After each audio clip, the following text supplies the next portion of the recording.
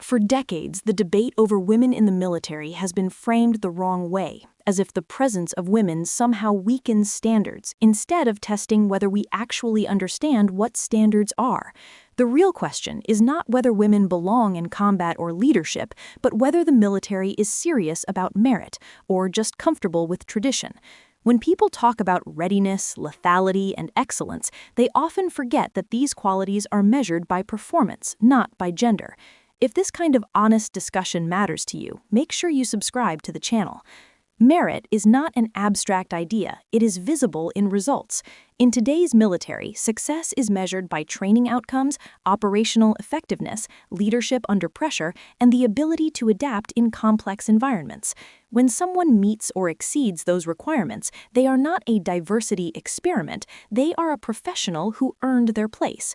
Lowering standards is a real concern in any institution, but assuming that inclusion automatically means compromise is not only lazy thinking, it is dangerous to good decision-making.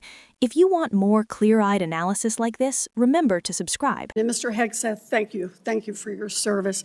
So if you're confirmed as Secretary of Defense, you will oversee our military, including about 250,000 women who currently serve on active duty in the Army, the Navy, the Air Force, the Space Forces, and the Marines. And I have serious concerns that your behavior toward women disqualifies you from serving in this role. Now, I've been trying to get answers from you for quite some time on this. You haven't wanted to meet or to answer any of my questions, so we'll just have to do it here and dive in. I want to pick up on some of the questions asked by Senators Shaheen and Gillibrand and Hirono. And I just want to make sure we have a list of some of the facts that I think are undisputed. I'm not going to talk about anonymous sources. I'm just going to quote you directly. We've got the video. We've got it in print. So going back to January 2013, you told a Fox News interviewer that women in the military simply couldn't measure up to men in the military, saying that allowing women to serve in combat roles would force the military to lower the bar. You picked up on that same theme in 2015, making remarks on Fox News, referring to women in combat as, quote, it would erode standards. June 2024, you said on Ben Shapiro's podcast, quote, women shouldn't be in combat at all. And then, of course, we've talked about it in 2024. You published a book, and you say on page 26 of your book, we need moms, but not in the military, especially in combat units. Page 48 of your book, you claim that women should not be in combat roles because men are distracted by women. And then 10 weeks ago, you appeared on the Sean Ryan Show and said, I'm straight up just saying we should not have women in combat roles. Now, I presume you recall making all these statements? Senator, I'm not familiar with the article you're pointing to in 2013, but it underscores my argument completely, because in that 2013 argument, I was talking about standards. No, standards are what it's always been about, Let's not Senator. have this same fight again. Always been about Senate I've standards. quoted you directly. We've got the video. We're happy to show it. But I want to be clear here. For 12 years, you were quite open about your views, and your views were consistently the same. Women are inferior soldiers, sailors, Marines, airmen, and guardians. And in case anyone missed the point, and these are your words from 10 weeks ago, women absolutely straight up should not be permitted to serve in combat.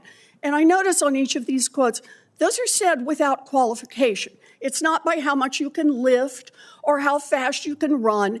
They don't belong in combat, period, or your words, straight up.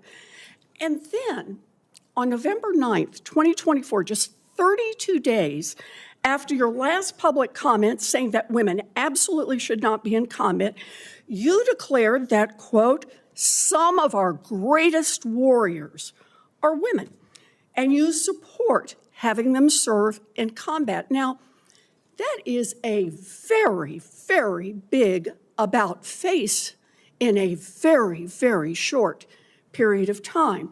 So help me understand, Mr. Hegseth, what extraordinary event happened in that 32-day period that made you change the core values you had expressed for the preceding 12 years?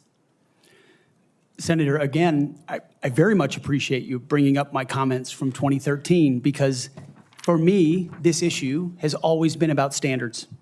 And unfortunately, because of some of the people that have been in political power for the last 4 years, priorities other than standards, lethality, and meritocracy have driven decision-making. I'm quoting you from the podcast. Women shouldn't be in combat at all. Where is the reference to standards? That they should be there if they can carry, if they can run? I don't see that at all, Mr. Hegseth. What I see is that there's a 32-day period in which you suddenly have another description about your views of women in the military. And I just want to know, what changed in the 32 days that the song you sang is not the song you come in here today to sing? Senator, the concerns I have and the concerns that many have had, especially in ground combat units, is that in pursuit of certain percentages or quotas, standards have been changed. And that makes the combat more difficult for everybody involved. Let me make a suggestion about what happened in that 32 days. You got a nomination from President Trump. Now, I've heard of deathbed conversions, but this is the first time I've heard of a nomination conversion. And I hope you understand that many women serving in the military right now might think that if you can convert so rapidly your long-held and aggressively pursued views in just 32 days, that 32 days after you get confirmed, maybe you'll just reverse those views and go back to the old guy who said straight up, women do not belong in combat. Now, Mr. Hegseth, you have written that after they retire, generals should be banned from working for the defense industry for 10 years. You and I agree on the corrosive effects of the revolving door between the Pentagon and defense contractors. It's something I would have liked to talk to you about if you'd come and been willing to visit with me. But the question I have for you on this is, will you put your money where your mouth is and agree that when you leave this job, you will not work for the defense industry for 10 years? Senator, it's not even a question I've thought about because it's not about one it right now.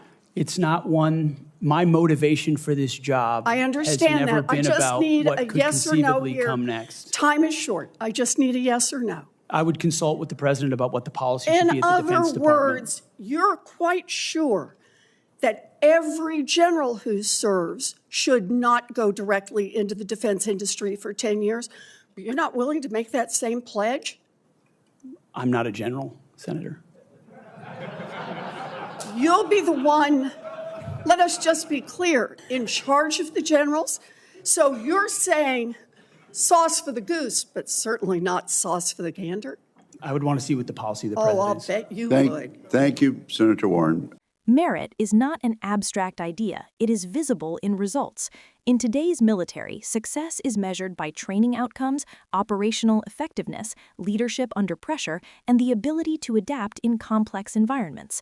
When someone meets or exceeds those requirements, they are not a diversity experiment, they are a professional who earned their place. Lowering standards is a real concern in any institution, but assuming that inclusion automatically means compromise is not only lazy thinking, it is dangerous to good decision-making. If you want more clear-eyed analysis like this, remember to subscribe. What often gets ignored in this debate is how modern warfare actually works. Today's conflicts rely on coordination, intelligence, cyber capabilities, logistics, and leadership, just as much as physical endurance. Strength matters, but so does judgment, discipline, and the ability to train and lead others effectively. A military that excludes capable people based on outdated assumptions is not protecting standards, it is shrinking its own talent pool. If you believe serious national security conversations deserve depth, subscribe to the channel. My view is simple. Standards should be high, uncompromising, and role-specific, and anyone who meets them should serve without their legitimacy being questioned. When critics focus more on who someone is than on what they have accomplished, they undermine the very merit-based system they claim to defend. Excellence is not threatened by inclusion, it is threatened by bias disguised as concern. If you want independent perspectives that cut through talking points, make sure to subscribe. At the end of the day, a strong military is built on trust, competence, and accountability.